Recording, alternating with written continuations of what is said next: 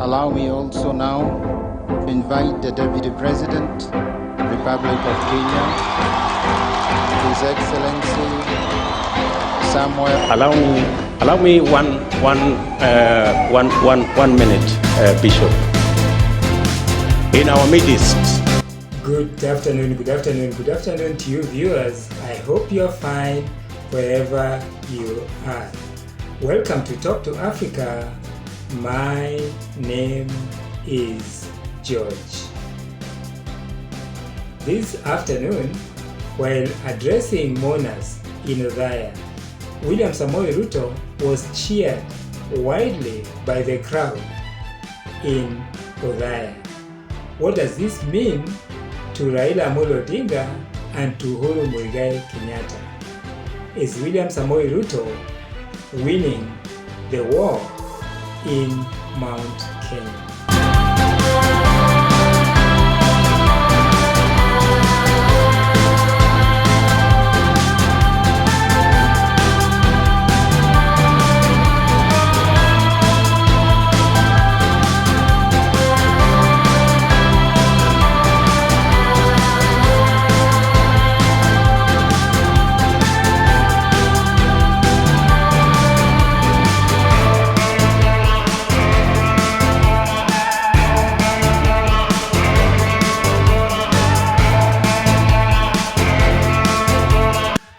If you're watching this channel for the first time, we would appreciate so much if you subscribe to our channel. If you like any one of our videos, including this one, we'll highly appreciate if you like the videos on YouTube. Is William Samoei Ruto winning the war in Mount Kenya? Is Raila finished? If there is a demonstration of bottom-up, we can learn from Mwai Kibakis. And even as he thought about big infrastructure projects, Mwai Kibakis did not forget the ordinary people to go into this election and make sure that election will be peaceful, and that it won't be necessary for us to have a handshake, that the election will be peaceful. I think, let me ask all the MCAs to stand up. Asante sana. Thank you very much. A clap for the MCAs. Let me request all members of parliament to stand up. Wale wote waliokuja, asante sana waheshimiwa kwa kuja ili tuweze kusindikiza mzee wetu. Let me request all the senators to stand up so that we can recognize you. Thank you very much. Those are our senators who came to bid farewell. Let me request all the governors and deputy governors to stand up so that we can recognize you. Tuwapigie makofi. Asante sana. In our midst also we have our former Vice President Musalia Mudavadi, and we have our former Vice President Kalonzo Musyoka in our midst. Thank you very much, my brother. And I don't know whether we have Mzee Mudi Awori, who was also a Vice President to Mwai Kibakis. He was there yesterday. Thank you very much. I thought of recognizing those leaders. Asante sana. Certainly, there are a number of things that I observed, which maybe you too observed. The first thing was the presiding bishop all along, in fact from Nairobi, was actually urging politicians not to speak at a funeral. By the way, that is a story for another day. I still don't think that gagging politicians to that level is good. Anyway, for today, what is the meaning of the cheer by the crowd in Othaya? William Samoei Ruto still talked politics. To some extent, Raila Odinga also talked politics. The only person who probably never touched on politics, and actually who didn't touch on politics, is Uhuru Kenyatta. Maybe because he was upset with what had transpired there. The first thing that I observed is, of course, William Samoei Ruto has a following in Mount Kenya. There's nobody who doubts that. In fact, William Samoei Ruto going ahead and talking about things like handshake and trying to become the master of ceremony himself by inviting senators to come and say hi, inviting MCAs, I think that was politics as per excellence. And that is exactly what constrained Raila from speaking. Raila didn't speak politics the way we know Raila would speak. Don't talk about the fly whisk. That again is for another day.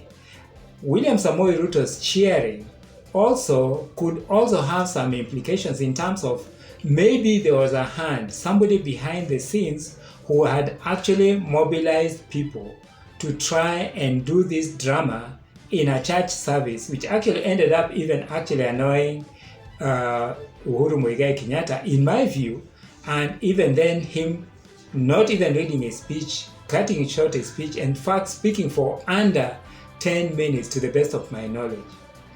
So this has a significance to that extent that William Samoei Ruto, as we all know, has a big following, especially among the youth in that place.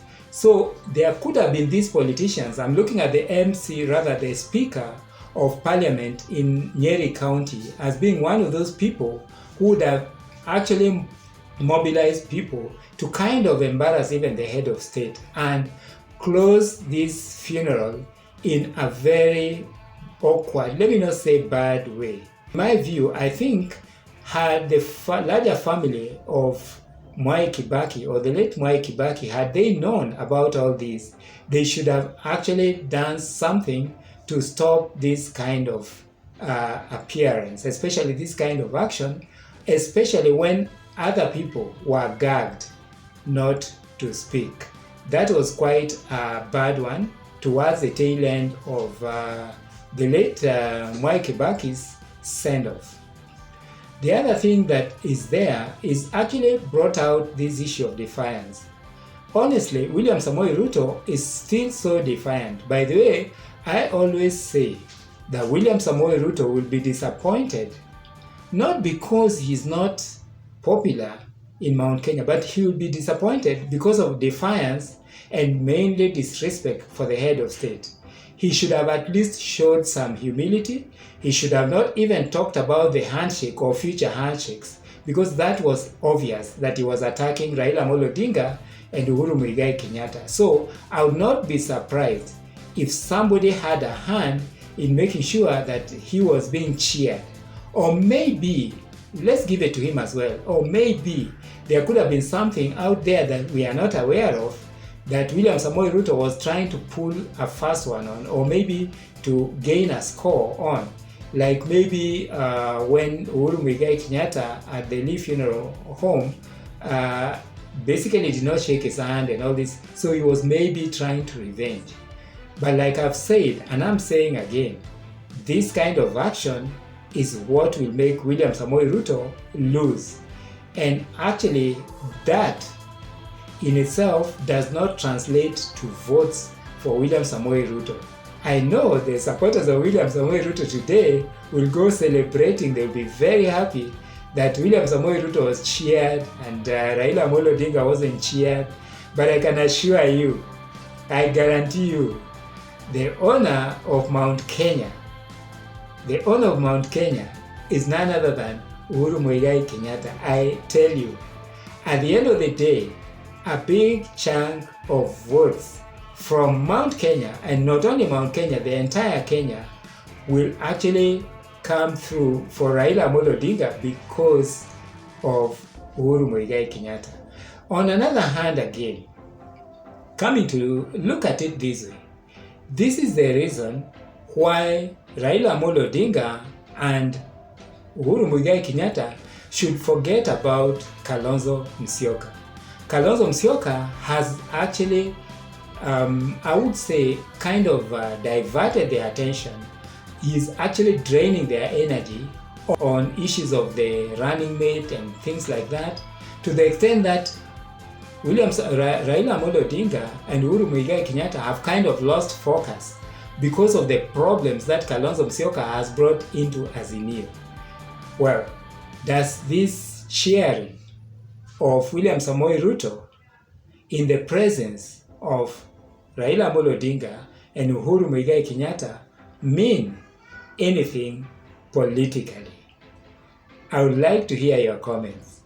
And in our next video, we'll analyze what actually Hassan Omar really means by attacking everybody. He's attacked the late President Jomo Kenyatta, he's attacked Raila Amolo Odinga, he's attacked Uhuru Muigai Kenyatta, and basically, finally now, attacked this guy called Kalonzo Musyoka. In fact, he has called him names, chameleon, he has called him watermelon, and all these kind of things. Please don't forget to tune in to our next video where I'll be analyzing what Omar Hassan and the race in Mombasa for the gubernatorial position really means.